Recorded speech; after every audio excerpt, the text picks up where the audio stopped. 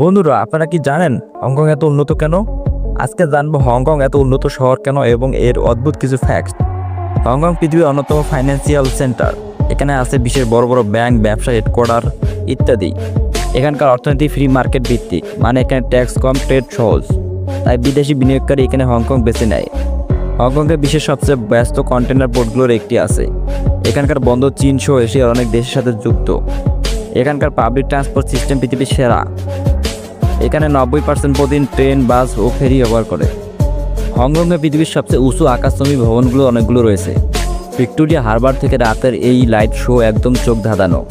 হংকংয়ের জমির অভাব থাকায় এখানে ঘরবাড়ি আর বিল্ডিংগুলো আকাশ ছুঁই ছুঁই। এজন্য এটাকে ভিক্টোরিয়া সিটি বলা হয়। হংকংয়ে একসময় ব্রিটিশ উপনিবেশ ছিল। 1997 সালে এটি চীনের সাথে যুক্ত হয়। তবে এখনও এক দেশ দুই ব্যবস্থা নীতিতে চলে। এখানকার নাগরিক বিশ্বের সবচেয়ে আয়কারীদের মধ্যে পড়ে, যদিও বাড়ি ভাড়া ও জীবনযাত্রার খরচ অনেক বেশি। তো বন্ধুরা, এই ছিল হংকং সম্পর্কে কিছু মজার ফ্যাক্ট। আপনি কি কখনো হংকং যেতে চান? কমেন্টে জানাতে ভুলবেন না।